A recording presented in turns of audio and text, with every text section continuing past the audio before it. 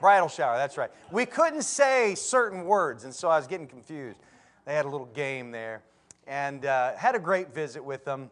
And thank you for all those who gave and were there. I know Victoria would say the same. And I do love my future son-in-law. I just like to tease him a little bit. You got to. It lightens the mood. I mean, I'm losing a daughter. I know I'm gaining a son-in-law, but, you just got to juggle that out. Anyway, it was good. I did go fishing a little bit Saturday. Same lake that I told you about the last time. This time it was not my phone, it was the whole trolling motor in the bottom of the lake. It's a long story. Well, not really, but you'd have to ask Jared and Nathan. They'll give you the details. I'm beginning to wonder, Brother Mike, if I shouldn't fish at that lake. I don't know. Leonard's not here this morning because he was with me. No, I'm just kidding. He wasn't. No, he was out fishing a couple days, though. And then he ate the fish and got sick. So I don't know what is it with this fishing. I was at the supermarket, and I'm waiting in line forever. I don't understand when you've got how many checkouts? 30, I don't know. And only 2 are open, and the lines are backed up terribly. I don't mind. I mean, really, I visit with people and talk to people, and then I give the cashier a hard time and then invite him to church and let him know I love him. But as I get up there, I realize after talking to the lady that I'm going to need to go on a diet. I'm committed to going on a diet. After I got up to talk to her, the first thing she said to me is, "I'm so sorry about your weight." Some of you will get that in a little bit, all right? Some of you still looking at me confused. Proverbs 17:22. I'm not a comedian. I know you're really surprised, aren't you? Proverbs 7. Hey, Mike, this message is your fault. I just want you to know. Proverbs 17:22, a merry heart doeth good like a medicine, but a broken spirit drieth the bones. What an incredible verse. And this is not the only verse that reads similar to this. And God shows us the importance of joy and laughter and just enjoying life. It's a good thing to laugh, isn't it? And the medicine that it's talking about here is not the kind of medicine that many people in this church probably take with all the different side effects. I turned down the medicine for my back disease because 90% of them were worse for me than the pain. And it's like, you know what? So, okay, if I take this medicine, I feel good for the next 10 years, but then I die of cancer. I'll pass. I don't want that. But the medicine that God's talking about here, there's no bad side effects. I mean, truly enjoying the Christian life, day to day, living each day for Jesus Christ and that joy, listen, it'll do a lot for you, much more than a doctor ever could. And there's no side effects. Anybody else glad about that? Amen. Amen. I've got a pastor friend named Pastor Ray in California. He is, I would say a hunter, but he doesn't really like the process of hunting. Are you following me? He likes somebody to take him out, set him up, and him to get the trophy, put the meat in the freezer, and mount the carcass. I mean, I know some of you may not like that, but he enjoys this. And you go into his house in California, and the kids go nuts because he's got a whole living room, and how he got his wife to agree with this, I don't know, but dedicated to all of the mounts that he's got. He's got lions, a zebra, elk, things I'd never dream of. And how he affords to go on these hunts or who pays for it, I need to meet them.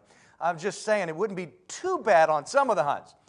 But he came to Louisiana, and he wanted to go alligator hunting. And he shot a trophy alligator. Now, alligator's good eating. Anybody eat alligator? I like it. By the way, if I'm going to shoot it, I'm going to eat it, okay? I'm not the kind of sports hunter like that. But there's a good story here. You just got to bear with me, okay? Anyway, so he shoots this trophy alligator. They skin it out, pack up the meat, mail the meat back home to California, Louisiana, California. The friend that's guiding him says, hey, we've got a taxidermist here, and they'll tan the hide, take care of it, do the mount, and we can bring it out to you. Fantastic. They take it in. 2 days later, Mike Ray's got to go home. And so they go back to the taxidermist and said, so how's it coming? What do I owe you? And he said, for what? For the alligator. What alligator? He lost the hide. Have no idea. So he's got to leave. The pastor's got to leave the next morning and fly out. And it's already the afternoon the day before he leaves. And the guy says, you know what? Let's go back out again. I got another spot. We've got time. We've got another tag. They go back out and they get a bigger one than they got before. And of course, the friend says, well, let's take it to the taxidermist. Brother Mike says, ain't no way. I'm taking this back to California. Well, we'll have to mail it up. He said, no, I'm not mailing it. He wraps it up in trash bags and puts it in a carry-on luggage. Sticks it in the overhead. How he got it through security, I'll never know. Now, I've doubted, is this a real story? But he swears by it that this is true. And he took that thing back to California. United Airlines has had a few little mishaps with the overhead carry-on anyway. Matter of fact, they're just settling a lawsuit. Did you hear about this? For a dog that died? Oh, yeah. A dog, somebody on a carry-on that was approved by TSA to carry on the plane. People complained, and the stewardess or whoever it was told them they had to put the dog in the overhead. A live dog in a carrier. Matter of fact, I think it was a miniature, not pug, bulldog, I think. Anyway, 10-month-old little dog. And it died. And so now they have a big lawsuit and they're settling. I don't know when they're going to learn you don't put dogs, right, in an overhead carrier. You put cats. I'm sorry. I'm just being serious. I'm sorry. Okay, so it's good to laugh. There is a right way and a wrong way. Some of you said that's the wrong way, preacher, especially in church. Maybe so, I don't know, but it's all in fun. I don't mean any of it. But you know, there is a right way and a wrong way. God didn't intend for us to laugh about things that are inappropriate. Let's get a little serious for just a second. We're Christians. We're supposed to set an example. We're supposed to show the world that we can believe in Jesus Christ, come to church, and be a good Christian, and still have fun, and still laugh, and still enjoy ourselves. This should be a good time in the house of God. Isn't that right? And so we need to be careful, but laughter is proven to be a great medicine, even by science. It can reduce stress and improve moods. It can boost immune system and cleanse toxins from your system. I didn't know that. I'm going to try to laugh more often. It can even help prevent heart disease. Did you know that? It is a proven fact that people who laugh regularly live longer. That's amazing to me. This is, by the way, science, take it or leave it, but children laugh on an average 300 times a day. Do you know when we become an adult, how many the average is? 17.5 on average. That's a lot, I would think. 17. We go from 300 times a day, the medicine that God prescribes to keep our life healthy and joyful, we go from 300 times a day to 17. And then, by the way, that's an average, so some of us a lot less. Something's wrong with this picture. Ecclesiastes 8:15, Solomon says this, "Then I commended mirth, which simply means he soothed himself with joy and laughter. He committed himself with mirth because a man hath no better thing under the sun than to eat and to drink and to be merry, for that shall abide with him all of his labor, the days of his life, which God giveth him under the sun." You know what he's saying? Solomon was the one given wisdom. He asked, God said, "I'll give you anything you want." What do you want? Solomon asked for wisdom. And he used that wisdom sometimes for personal gain, for his own lust and flesh. And he invested. There was a very wealthy man, had a lot of servants. And when it was all said and done, he's looking back and he says this, all of those things in life really mean nothing without good food and good fellowship. In a sense. When it's all said and done and we're getting older, and some of us are reaching that point, what does money do for us? Not much. Doesn't really accomplish a lot. but we find joy in the happy memories, do we not? Getting together with family and friends and eating, that's a good time. Why do we do it so much at church? Because it's good. It's fellowship. It's fun. We laugh. We smile. I'm looking forward to Memorial Day. We're going to have a picnic outside and have a wiffle ball game and a volleyball game, some horseshoes, something. For those who don't want to play, you can sit and laugh at all of us who do, okay? But we're looking forward to that. Why? It's good to laugh. It's good to have fun. The Bible has a lot to say about it. There's a common question, and this is where this message came about, and there is some serious parts to this, so bear with me. Someone came to me and says, does God have a sense of humor? Well, the first thing I did is I looked in the mirror. Said, yes, He does. I mean, surely I can get at least one amen, right? We look around us and we see His creation and certain animals and their features. It's like, I mean, there's no way that God could create such diversity without having a sense of humor. But the Bible also teaches us that we were made in His image, right? We've talked about that recently. And we know this for a fact that emotions like love, even anger, even jealousy, directly are a result of being created in His image. In other words, anger is not necessarily a bad thing. There's a time and a place, a right way and a wrong way. Just the same with laughter and happiness. Love, the Bible teaches us that God is love. That's how we can love each other. Why? Because we were made in His image and His character. His person is what? Love. And so we know that if we have humor, if we have laughter, that yes, God does too. You can look at a young child, and see that, can't you? I love to watch Luke. He's so, he's got that bright eye look still. Everything's amazing. He doesn't talk much, but the child laughs constantly.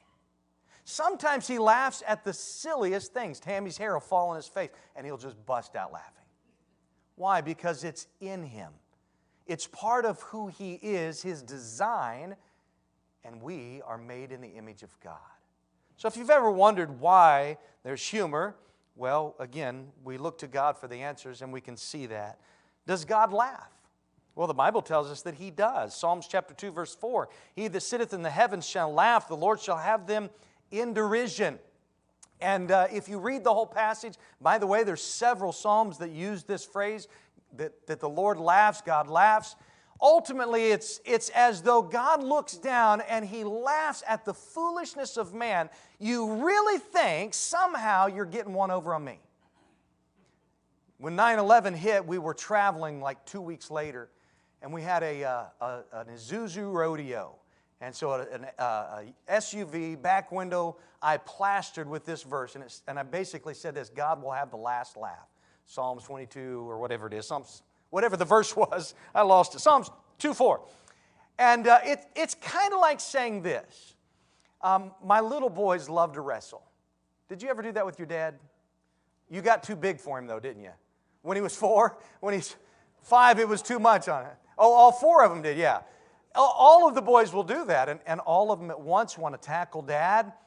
And sometimes, even when they're hitting me and kicking me, I just start laughing. Why are you laughing, Dad? Well, they're not going to understand. Why am I laughing? Because no matter what they do, no matter how hard they try, they can't beat Dad yet. Now, there's coming a day, I know that. But right now, it's just fun and games, and it's fun for me to watch them and say, you know what? They really don't have a clue.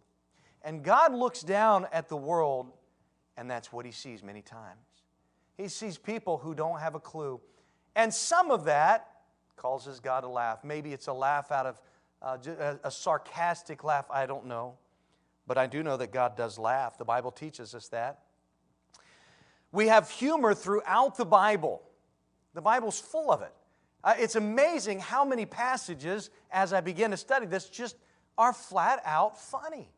Genesis 17:17. Then Abraham fell upon his face and laughed and said in his heart, shall a child be born unto him that is 100 years old, and shall Sarah that is 90 years old bear? I mean, God must have a sense of humor to bring about a great nation through two people who are 190. Not 190, but one's 100, one's 90. That's pretty funny. I mean, if it happened around here, I think we would find that pretty funny. We've had people make fun of us at our age when we tell them we've got a little one. They laugh at that as though we're old. Man, I don't know what they're thinking. I'm not old, Brother Larry. I feel old, but I'm not. I think that's the way it goes. Along the same lines, Hebrews 11:12 says, "Therefore sprang there even of one," this is talking about Abraham, listen carefully, "Therefore sprang there even of one, and him as good as dead. So many as the stars in the sky, and the multitude and the sands which is by the seashore innumerable." He was as good as dead. How would you like to have that said about you, just because you're old? Boy, it's getting quiet in here. That's not the kind of phrase you want to hear. What is the Bible showing us? God has a sense of humor. Here's a man, Abraham, 100 years old. People look at him as he's almost gone. This guy's almost dead. He won't last much longer. And God uses him to bring about a great nation, ultimately His very own, the Son of God. What an incredible thought. God uses me. Sometimes I laugh. Like, God, are you sure you know what you're doing? Why would you choose me? Why would you use me? The same thing applies with you. Because our God looks at us with joy. We can make God smile. Did you know that? We can please Him. The Bible says without faith it is impossible to please God. What an incredible thought. You know what happens when my kids please me? I smile. I get happy. It brings me joy. I love it. And God feels the same way when it comes to His children. There's all sorts of humor. Kids find humor in the simple things and sometimes the gross things. I won't use any examples. There's some men who never get past that humor. Not sure why. I'm one of them, my wife would say. We laugh at calamity. When things don't go the way they're supposed to. Oh my goodness. My son-in-law, not my son-in-law's brother Nathan, but my son-in-law gives me plenty of sermon illustrations when it comes to stuff like this. Some of them I can't use in church, but some of them I will. He was with my daughter when she had to get her blood drawn. I think she was pregnant or just after she had the baby or something to do with that. First baby. And he goes with her and he's going to hold her hand as though she needs it, getting her blood drawn. And before the nurses even know what happened, he hits the floor. He's 6'4", and just crashes, passes out from the blood. Not his own blood, mind you. It was hers getting drawn. Now, I don't think he was laughing at that moment. But it wasn't long after that my wife and I went back to the hospital, and she's getting her blood drawn, and we heard the nurses talking about somebody passing out, and they're laughing, and my wife says, "Oh, that was our son-in-law." So, some good laughs. We laugh at pain, don't we? That's why we have the Three Stooges. I don't like them anymore, but when I was a kid, we did. We laugh at embarrassment. Now, this is one of those things I could testify a lot of because I've had a lot of embarrassing moments in my life. Anybody else? A few of them? I had one that I thought of that would be more church appropriate. I was playing ping pong at church camp. I was 14 years old. And I was showing off. I know that's hard to believe, but I was showing off. And I decided to play ping pong with a girl. And man, I'm just doing real good. Of course, in order for me to do good, she's got to return the ball, you know. So this is really a two-way street, but I make it all about me. And I go to spike that ball as hard as I can. I'm just going to show her how tough I am. The ball misses the table by a long shot, but it hits her directly in the face. It left a welt on her for the rest of the week. Now, I was terribly embarrassed, but I want to tell you something. My brothers were close by. They were not embarrassed. Matter of fact, they laughed quite hard. We find laughter in embarrassment. Then there's sarcasm. Some say it's rude, insensitive, or maybe antagonistic. Honestly, I find it quite brilliant. But 1 Kings 18:26, we even find it in the Word of God. 1 Kings 18:26 through 27, and they took the bullock which was given them, and they dressed it and called the name of Baal from morning even until noon, saying, O Baal, hear us. But there was no noise, nor any that answered. And they leaped upon the altar which was made, and it came to pass at noon that Elijah mocked them and said, Cry aloud, for he is a god. Little g, either he is talking, or he is pursuing, or he is in a journey, or peradventure he sleepeth, and must be awaked. Now, you got to get a picture of this. This is during a time when there is Jezebel is ruling. Anybody remember the name Jezebel? You know why we don't name our kids Jezebel, right? Okay, just Judas. We don't name him Judas. Somebody mistaked Judah when he was born. The nurse was upset with us. I mean, just plump, and we could not figure out what was going on. And one day I said, what is wrong? She said, I just don't understand how anybody, let alone a preacher, could name their son Judas. I said, I did name him Judas. I named him Judah. It's different. And of course, we had a good laugh. But Elijah is there, and he's building an altar, and it's ultimately all these prophets of Baal, and he's going to show them there's only one true God. And of course, we know the end of the story. God sends down fire and burns up the altar and the sacrifice and everything and destroys all these prophets. But before they ever get to there, Elijah says, okay, you go ahead and give it a try, because I know what's going to happen when my God gets involved. I know what's going to happen. It's all going to be over. But you give it your best shot. And nothing happens. They hurt themselves. They throw themselves on the altar. And finally, he starts getting a little antagonistic. Well, maybe your God's sleeping. Maybe he's on a trip somewhere. Maybe he had to go to Walmart and get some groceries. I don't know. I love this passage. My favorite character in the Bible is Elijah. But we find some sarcasm there. A couple examples. I hope I'm not boring you yet. Did something bad happen to you, or are you just a terrible person? That's sarcasm. This one I'm sure everybody can relate to, and you're probably thinking it right now. Please tell me this train of thought you're on has a caboose. It does. Some of you are still looking at me like, I don't get these jokes. That's okay. All you got to do is make yourself laugh. And let me tell you something. In my head, I'm laughing a lot right now, okay? So my wife, I do that to her all the time. I'll tell a joke, and she just looks at me. But I'm laughing and having a great time. So what are the applications? Let's take it serious for a minute here. 3 things. Number 1, the application of joy can soothe the soul. Let me say it again. The application of joy can soothe the soul, even a tormented soul. 1 Samuel chapter 16, we see David, who is a young man, happy, loves the Lord, is a talented musician. Saul is a tormented king. And Saul calls for David. Why? So that he can apply his joy of music. There's joy in music. You can smile while listening to a song. Right? I mean, even just a simple song can change your mood. And so David plays music, and Saul is soothed from his evil spirit. Folks, there's a lot of bad things that happen in this world. And I'm going to be honest with you, I see a lot of young people whose joy has been robbed at an early age. It concerns me when I see kids that can't laugh. I'm just going to be honest. What's happened in their life? Who's hurt them? All of these questions are relevant in this day and age we live in. Why is their joy gone? Listen carefully. It may be gone, but they can find it once again through Jesus Christ. Why? Because a merry heart doeth good like a medicine. The application of joy can soothe the soul, even a tormented soul. Folks, we've got a lot of hurt in our life. Some of you more than others. God's given you a prescription that will help you get day to day. And by the way, it is a day-to-day journey. Look at the things around you, the people around you. Don't make fun of them too hard, Brother Larry. You and Brother Mike, boy, you pick at each other so much sometimes. You wonder how you stayed friends, at least.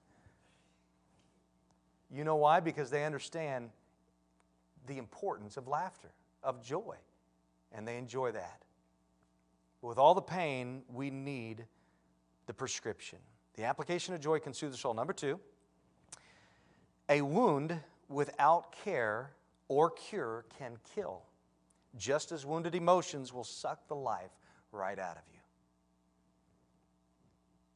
Wounded soul, heart, emotions will eventually kill you if you don't take care of it. They destroy lives. 3, and this is the important one, happiness is superficial. That's not the ultimate goal. It's a product of the ultimate goal. Joy is permanent. Both can affect each other. John chapter 15, verse 11, these things have I spoken to you, that your joy might remain in you and that your joy might be full. Why? Because the joy does not depend upon circumstances or daily activity. It's anchored in someone much bigger than you and I, and that's Jesus Christ. So how can we laugh and smile even at church? I know it's probably one of the most unusual messages I've ever tried to preach. Some of you are going to I hope I never preach anything like it again. That's okay. I hope so too. But I can tell you something, I learned a lot. I take things way too serious. When God has come to free the brokenhearted and the captives and to give us joy. So 2 questions. Do you have joy? And do you know joy? That's Jesus. Laughter is good and happiness memorable, but true joy is in Jesus, not in jokes. Would you stand with me this morning? Do you have true joy? I don't know what hurts in your life this morning. I don't know what you've been through. Not really. Some of you I know better than others. But the truth is there's a lot about each other we don't know. Sometimes we laugh on the surface to hide what's inside. That's not the prescription God's offering this morning. What He's offering is a change of heart. I love it. What about you? You need some of that this morning? Is your joy full? And do you know true joy, or do you know Jesus Christ? As the musicians play, you want to take some time and pray this morning, would you come? Maybe somebody this morning says, you know, I don't have true joy in my life. I've tried, but nothing seems to work. Let me tell you something. Jesus Christ came to seek and to save that which was lost. He can give you true joy. Would you like to know that today? I'd love to show you what the Bible says, how you can know Jesus Christ. You say, I'm saved. I know if I die, I'm going to heaven. How's your joy? I'm not talking about how you make things look on the outside. I'm talking about in here. Brother Larry talked about our mind. How's things in your thoughts? Do they condemn you? God doesn't, not if you're saved. He doesn't condemn you anymore. You're a saint. You know, that brings me a smile when I realize that He could take somebody like me and make a saint. Man, that's pretty good.